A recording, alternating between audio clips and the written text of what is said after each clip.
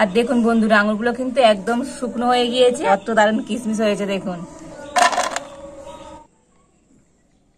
দেখুন একদম যেন দোকানের কিসমিসের মতো লাগছে, কত সুন্দর হয়েছে। নমস্কার বন্ধুরা, রূপার রন্ধনশালায় আমাদের সকলকে অনেক অনেক স্বাগত জানিয়ে চলে এসেছি আরো একটা নতুন রেসিপি নিয়ে। তো আজকের আমি রেসিপি বললে ভুল হবে, তো আজকে আমি বানাবো কিসমিস। কিভাবে আঙুর দিয়ে আর কিসমিস বানানো যায় সেটাই আজকে আপনাদের সাথে শেয়ার করব। আর বাড়িতে তো এই আঙুর দিয়ে বন্ধুরা খুব সহজে কিন্তু কিসমিস বানানো যায়। আর এখন তো বাজারে আঙুর খুবই সস্তা, আর এইভাবে আঙুর দিয়ে আর কিসমিস বানিয়ে বাড়িতে রেখে দেবেন, অনেক দিন ভালো থাকবে। আর কিসমিস তো আমাদের রান্নায় প্রায় লেগে থাকে, তো সেই জন্য আমি আজকে এখানে নিয়েছি 500 গ্রাম আঙুর। তো এই 500 আঙুর দিয়ে আজকে আমি কিসমিস বানাবো। আর একদম পাকা পাকা আঙুর নিয়েছি। তো প্রথমে আমি আঙুরগুলো ছাড়িয়ে নেব।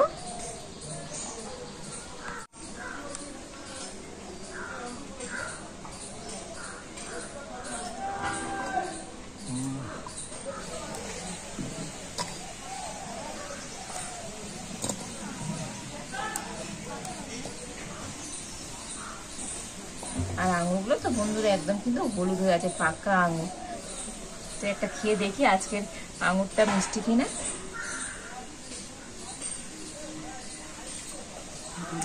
দারুণ মিষ্টি আঙুর বন্ধুরা। তো এরকম পাকা পাকা আঙুর দেখবেন খুব মিষ্টি হয়। আর এইভাবে সমস্ত আঙুরগুলো আমি এখন ছাড়িয়ে নেব। তো এই সমস্ত আঙুরগুলো আমি ছাড়িয়ে নিয়েছি। আর এখন আমি জল দিয়ে আঙুরগুলো ভালো করে ধুয়ে নেব।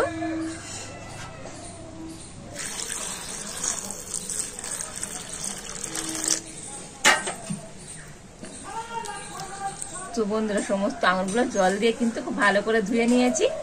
আর এবার এখানে আমি একটা এরকম ছিদ্র করা থালা নিয়ে নিয়েছি। তো এরকম ছিদ্র করা থালা প্রায় প্রত্যেকের বাড়িতে থাকে। তো আপনাদের কাছে যদি কোনো মোমো স্টিম থাকে, সেই মোমো স্টিমেও কিন্তু এটা করতে পারে। তো এখন আমি আঙুরগুলো জলতে ভালো করে ধুয়ে এই থালাতে করে নিয়ে নেব।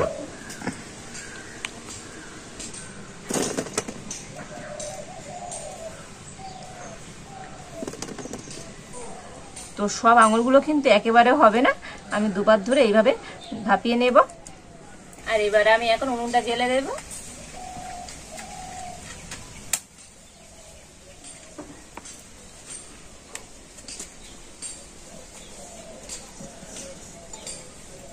আর এবার আমি কড়াইতে দিয়ে দেব জল।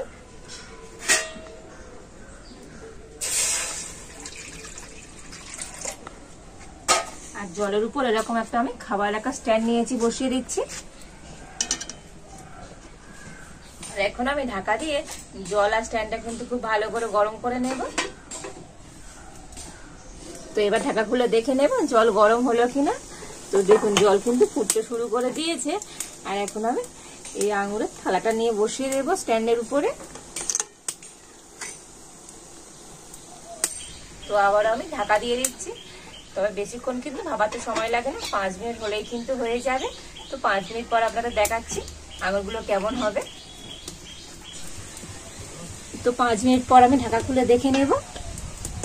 আর দেখুন বন্ধুরা আঙুরগুলো কিন্তু সিদ্ধ হয়ে গিয়েছে, আঙুরের কালার চেঞ্জ হয়ে গিয়েছে। আর আপনারা হাত দিলেই বুঝতে পারবে আঙুরগুলো কিন্তু নরম হয়ে যাবে। তো এখন আমি নামিয়ে নেব। তো এই আঙুরগুলো আমি একটা জায়গাতে করে এখন নিয়ে নিচ্ছি।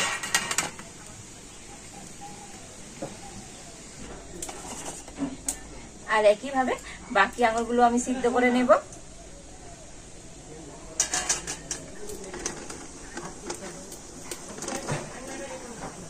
তো এই সমস্ত আঙুরগুলো কিন্তু আমি ভাপিয়ে নিয়েছি।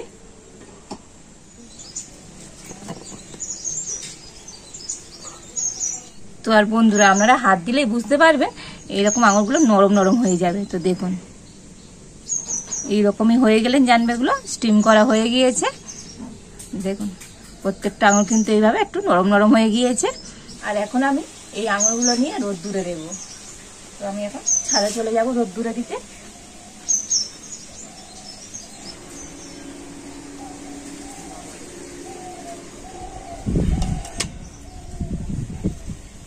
তো আমি একটা এরকম সাদা পরিষ্কার কাপড় নিয়ে নিয়েছি। তো পেতে দেবো এখন।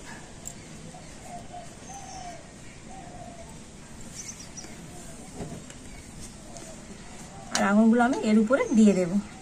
তো এরকম ছাড় ছাড় করে দেব।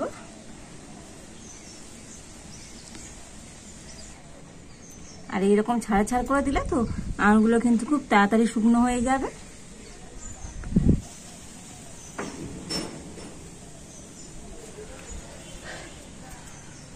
তো বন্ধুরা, আঙুরগুলো শুকোতে কিন্তু 2 থেকে 3 দিন সময় লাগবে।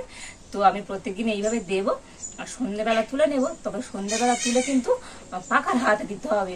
যদি আপনারা এমনি রেখে দেন তো আঙুরগুলো কিন্তু নষ্ট হয়ে যেতে পারে। সেই জন্য সন্ধ্যেবেলা করে পাখার হাতে দেবেন, আর সকালে করে রোদ্দুরে দিতে হবে। তো 2 থেকে 3 দিন কিন্তু রোদ্দুরে দিলে কিন্তু কিশমিশ হয়ে যাবে। তো 3 দিন পরে আপনাদের দেখাবো কেমন কিশমিশ হয়েছে।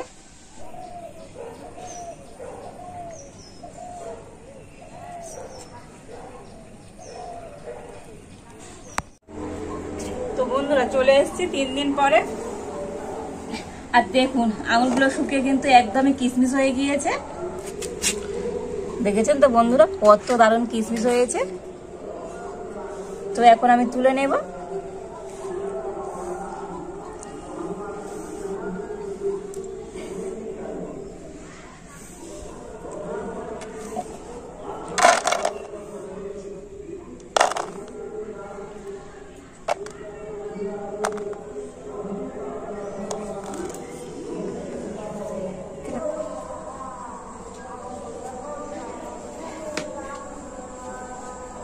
আর দেখলেন তো বন্ধুরা, আজকের কত দারুণ কিশমিশ হলো আঙুর দিয়ে। তো বাড়িতে আপনারা কিন্তু এইভাবে আঙুর দিয়ে কিন্তু কিশমিশ বানিয়ে রাখতে পারেন। আর এগুলোকে কোনো এয়ারটাইট কন্টেনার করে রেখে দেবেন, অনেকদিন কিন্তু ভালো থাকবে। আর কত সুন্দর হয়েছে দেখুন।